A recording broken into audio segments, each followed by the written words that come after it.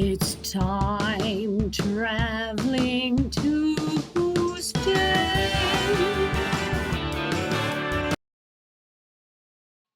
years ago, I landed my dream job in New Orleans.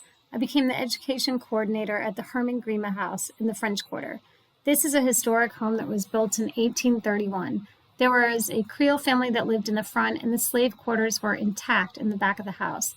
My office was one of the rooms in the slave quarters. There's not a lot of information about who the enslaved people were that lived on the property in the 1830s, but there was some. And one of the stories was about a 10-year-old girl named Marie, and she was brought here from Baltimore by a slave trader named Austin Woolfolk.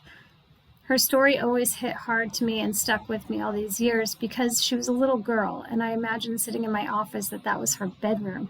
I always wondered what she was thinking and what had actually happened to her. I wanted to pay respect to Marie and find out her story as best I could. Right. I am standing in a cemetery in Rosedale, Louisiana. This is not too far west of Baton Rouge, and the cemetery I've come to visit, is actually where Austin Woolfolk is buried. So if you look behind me, that big monument there is for Austin Woolfolk. Austin Woolfolk was a vicious slave trader in the early 1800s. He was the main trader between Baltimore, Maryland, and New Orleans. He's personally responsible for at least 2,000 enslaved people being brought down and sold in New Orleans. Austin Woolfolk was one of many successful slave traders working in the domestic slave trade in America in the early 1800s. After the U.S. government outlawed the international slave trade in 1807, the demand for slaves did not suddenly stop. There were plantations and businesses which survived on the model of forced labor. The demand for slaves was high. There was money to be made.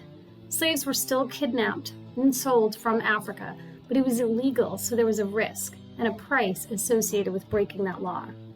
The alternative was the domestic slave trade. That means trading slaves within the United States. In the early 1800s, hundreds of thousands of enslaved people were sold down south, coming from Virginia, Maryland, and the Carolinas. In the Deep South, sugar and cotton plantations were thriving, while the tobacco industry in the Upper South was not doing as well. The slaves that were no longer needed were then sold down to New Orleans. Enter Austin Woolfolk. He was born in Georgia, but he moved to Maryland to make money in the domestic slave trade. He had a reputation of being particularly heartless and cruel, even savagely attacking an abolitionist who had called him out for being a slave trader. One of the little girls that he's responsible for bringing to New Orleans and selling is a little girl named Marie, and he brought her from Baltimore when she was 10 years old. 10-year-old Marie was among over 2,000 people taken from the Maryland area and brought to New Orleans in a cargo ship paid for by Austin Woolfolk.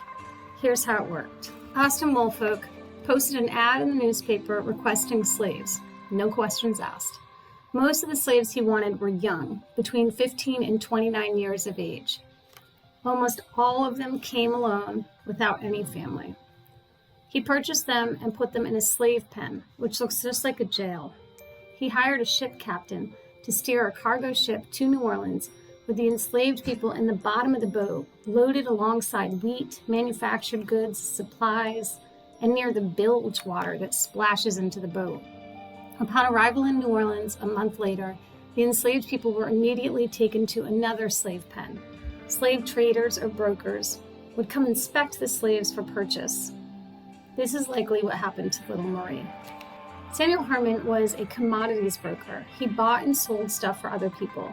He would have likely visited one of these slave pens with the intention of buying his daughter, Marie Virginie, a younger girl, to take care of her. Marie Virginie was about 15 years old, so 5 years older than the little girl Marie. And Marie Virginie was going to go on to get married in about 5 years. So little Marie was brought here and sold here to kind of prep Marie Virginie for marriage and for motherhood. Marie would have been taken back to this house at 820 St. Louis Street.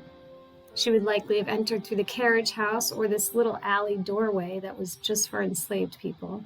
Upon entering the property, she would have been assigned a room in the newly constructed slave quarters. So I just came to see his grave and see I'm kind of surprised that there's such a large monument here for him, being that he was a slave trader. But he also was in the Battle of New Orleans, I believe, or in the War of 1812 with Andrew Jackson.